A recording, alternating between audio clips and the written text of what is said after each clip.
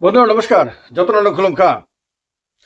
রাজ্যের পুলিশ বাহিনী তাদের ট্রেনিং এর শিক্ষা ভুলে গেছে, না বন্দুক দম্বুক হয়ে গেছে? রাজ্যের পুলিশের যে চেহারাটা আপনার বিশ্ববন্ধু সেনের শেষকৃত্যের সময় দেখা গেছে, সেটা কি রাজ্যবাসীর জন্য খুব একটা সুখের বিষয়? এটা কি খুব বেশি দুশ্চিন্তার বিষয় না যে রাজ্যের পুলিশ অধ্যক্ষের মরদেহকে গান স্যালুট দিতে গিয়ে বন্দুক চালাতে পারছে না? খুব পরিশ্রম করছে, বারবার এদিক ওদিক টানাটানি করছে, কিন্তু বন্দুক সাড়া দিচ্ছে না, বন্দুক দম্বুকের মতন আচরণ করছে। তখন এই দৃশ্য মানুষ দেখে, ভিডিওতে দেখে মানুষ কি ভাববে? যে পুলিশ বাহিনী প্রেসিডেন্টস কালার্স পুরস্কার প্রাপ্ত, যে পুলিশ বাহিনী আপনার যথেষ্ট সম্মানের সঙ্গে আপনার নিজের পরিচিতি দীর্ঘদিন ধরে ধরে রেখেছিল, রাজ্যে উগ্রবাদের বিরুদ্ধেও লড়াই করে যে বাহিনী সফল হয়েছিল, সেই বাহিনীর আজকে এই দুরবস্থা যে একজন ভিআইপিকে আপনার গান স্যালুটি দিতে গিয়ে বন্দুক চালাতে পারছে না। এটা মানে যারা অন্ধকারের জগতে যারা বসবাস করে, এটা তো তাদেরকে উৎসাহিত করবে, সাধারণ মানুষকে চিন্তিত করবে, কারণ সাধারণ মানুষের নিরাপত্তার দায়িত্বে থাকে পুলিশ। যদিও গত বছর ধরে, মোটামুটি এক দশকের কাছাকাছি সময় ধরে পুলিশকে তার দায়িত্ব ঠিকমতো পালন করতে কিন্তু সবসময় দেখা যায়নি, কারণ পুলিশের সামনে যে ধরনের ঘটনা ঘটতে দেখা গেছে, সেগুলি পুলিশের জন্য খুব একটা মর্যাদার বিষয় না। কারণ পুলিশ একটা বীরের আপনার জাতি হিসেবে পুলিশ পরিগণিত হয় যে কোনো সমাজে। পুলিশের সামনে অপরাধীরা অপরাধ করবে আর পুলিশ তা তাকিয়ে তাকিয়ে দেখবে, এটা কোনো মানে এই পৃথিবীতে কোথাও এটা অ্যাকসেপ্টেড হতে পারে না, কোথাও এটা পুলিশের জন্য মর্যাদার বিষয় হতে পারে না। কিন্তু আমরা বছরের পর বছর ধরে এই ধরনের দৃশ্য দেখেছি যে অনেকটা পুলিশের সামনে পুলিশ নীরব দর্শক হয়ে দেখেছে যে মানে কিভাবে অপরাধীরা অপরাধ করছে। তো এগুলি দেখতে দেখতে অভ্যস্ত হয়ে যাওয়ার ফলে সাধারণ মানুষের আস্থা ঠিক আগের জায়গাতে আছে কিনা সেটা বোধহয় আপনার মানে একটা সার্ভে করার মতন বিষয়। কিন্তু এর মধ্যে যে ঘটনাটা ঘটেছে, এটা কয়েকটা প্রশ্নের জন্ম দিয়েছে। এক নাম্বার হলো, পুলিশ কি ট্রেনিং এর যে শিক্ষা সেটা কি ভুলে গেছে? বন্দুক চালানোটা ভুলে গেছে? কারণ বন্দুক কিভাবে চালাতে হয় সেটা সেটা তো পুলিশকে ট্রেনিং দেওয়া হয়, তার জন্য স্পেশাল ট্রেনিং দেওয়া হয়। তার জন্য সাধারণ মানুষকে বন্দুক হাতে ধরিয়ে দিলে সাধারণ মানুষ যেটা পারবে না, একটা পুলিশ কর্মীর জন্য এটা সাধারণ ব্যাপার। তো পুলিশ কি সেটা ভুলে গেছে? এক নাম্বার হলো এই প্রশ্নটা। দুই নাম্বার হলো, যারা ট্রেনিং করায় তারা কি ঠিক মতো ট্রেনিং করাননি?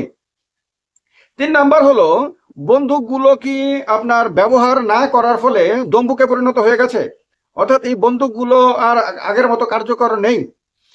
এছাড়া রাজনৈতিক যে হস্তক্ষেপ পুলিশের ওপরে সারা বছর দেখা যায়, পুলিশের এটা বললাম তো ইনঅ্যাকশনের কারণে এগুলো রাজনৈতিক হস্তক্ষেপ ছাড়া সম্ভব না। কারণ কোনো পুলিশ অফিসার কোনো দিন এটা মেনে নিতে পারবেন না মন থেকে যে তার সামনে কেউ অপরাধ করবে আর তিনি হাত গুটিয়ে থাকবেন, তিনি সেই অপরাধীকে আটকাবেন না বা তাকে কলার টেনে আপনার লকআপে নিয়ে ঢোকাবেন না। এটা হতে পারে না, এটা তিনি অ্যাকসেপ্ট করতে পারেন না। কিন্তু অনেক সময়েই দেখা গেছে পুলিশের সামনে ঘটনা ঘটতে। তো এই যে রাজনৈতিক হস্তক্ষেপ, এটা কি পুলিশের অনেকটা ক্ষতি করে দিয়েছে? পুলিশের যাদের বিরুদ্ধে পুলিশের লড়াই করার কথা, তাদের বিরুদ্ধে পুলিশ কি এখনো সম্পূর্ণভাবে সক্ষম সেই লড়াইটা করতে? যদি পুলিশের ট্রেনিং এ অভাব থেকে থাকে বা যদি মনে হয় যে হ্যাঁ পিস টাইম চলছে, পিস টাইমে অতটা মানে মানে প্রশিক্ষণের কথা মনে নাও থাকতে পারে, হ্যাঁ, তাহলে পুলিশের যারা এই মানে ট্রেনিং এর জিনিসগুলো ভুলে গেছে, তাদেরকে একত্রিত করে পাকিস্তান বর্ডারে 6 মাস 1 বছর পাঠিয়ে দেওয়া যেতে পারে। সেইখানে গেলে পরে তারা সারা বছর যে ধরনের আপনার চ্যালেঞ্জ আসে সীমান্তের পার থেকে, সেই চ্যালেঞ্জের মোকাবেলা করতে করতে তারা অনেক দক্ষ হয়ে যেতে পারবেন। কারণ রাজ্যের মানুষের সামনে এটা কিন্তু যথেষ্ট বড় প্রশ্নের বিষয় যে পুলিশ আপনার গান স্যালিউট দিতে গিয়ে আপনার তার গান, মানে এই গান মানে সং না, এই গান মানে বন্দুক, সেটা চালাতে পারছে না। এটা চালাতে পারছে না, না বন্দুকটা নষ্ট হয়ে গেছে, বন্দুকগুলো কি তাহলে রক্ষণাবেক্ষণ ঠিক মতো করা হচ্ছে না? এইগুলো মানুষ কিন্তু দেখছে। তো এর মধ্যে একটা বড় জিনিস হলো যে যারা রাজ্যে শাসন ক্ষমতায় রয়েছে, তাদের ওপরেই আপনার এই পুলিশ বাহিনীর দায়িত্ব, তাদের ওপরে প্রশাসনের দায়িত্ব, তাদের ওপরেই দায়িত্ব সব পুরো ব্যবস্থাটাকে আপনার ঠিক করা, মজবুত করা। এবং তারা যে ধরনের ভাষণ দেয়, তাদের ভাষণে যে ধরনের বন্দুকের মানে তেজ দেখা যায়, মানে বুলেটের তেজ দেখা যায় ভাষণে, সেটা কার্যক্ষেত্রে তাদের কাজের ফলে এইরকমটা প্র্যাকটিক্যাল গ্রাউন্ডে দেখা যায় কি? এটা এটা তাদের যে নেতৃত্ব, তাদের যে দক্ষতা, তাদের যে মানে এই পুরো ব্যবস্থাটাকে ব্যবহার করার বা সঠিক দিকে দিশা দেখানোর যে তাদের দক্ষতা, সেটাকেই কি প্রশ্ন চিহ্নের মধ্যে ফেলে দিচ্ছে না? গতকালকে আপনার যে ঘটনাটা ধর্মনগরে ঘটেছে বিশ্ববন্ধু সেনের আপনার শেষকৃত্যের সময়ে, সেটা যদি এই মানে এ ধরনের দুঃখজনক ঘটনা না হয়ে কোনো সাধারণ সরকারি অনুষ্ঠানে যদি এটা হতো, তাহলে সাধারণ মানুষ এটাকে গান স্যালুট না বলে ফান স্যালুট বলতো, কারণ মানুষ তাড়িয়ে তাড়িয়ে উপভোগ করেছে। সোশ্যাল মিডিয়াতে মানুষ যে ধরনের কমেন্ট করছে, সেই কমেন্টগুলো দেখলে পরে আপনার মানে যে কোনো সরকারের টনক নড়ার কথা, এবং যে কেউ বুঝতে পারবে যে সাধারণ মানুষ এই জিনিসগুলোকে ভালোভাবে দেখে না।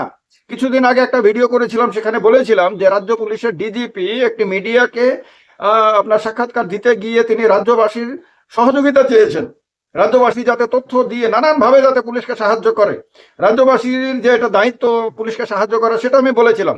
কিন্তু রাজ্য পুলিশ কি রাজ্যবাসীর সহযোগিতা নিয়ে ঠিক মতো কাজ করতে সক্ষম আছে এখনো আগের মতন? এই প্রশ্নটা এখন ডিজিপির সামনে বড় প্রশ্ন হয়ে উঠেছে, কারণ ডিজিপিকে এই পুলিশ বাহিনীকে আপনার মানে মানুষের সেবায় নিয়োজিত করতে হবে, এই পুলিশ বাহিনীকেই কাজে লাগাতে হবে, এবং এটা এনশিওর করতে হবে যে আগামী দিনে যাতে মানে কোনো এমন শক্তি, অপশক্তি বা অন্ধকারের কোনো শক্তি যাতে রাজ্যবাসীর নিরাপত্তাটাকে নষ্ট করতে না পারে, এটা এনশিওর করার দায়িত্ব পুলিশের ওপরে। তো তার কারণে পুলিশ যদি তার বন্দুক ঠিকমতো চালাতে না পারে, অথবা বন্দুকগুলো যদি আপনার চালানোর মতন উপযুক্ত না থাকে, তাহলে এই যে মানে পুলিশের যে দায়িত্বটা, সেই দায়িত্ব পালনে আপনার সংকট দেখা দিতে পারে।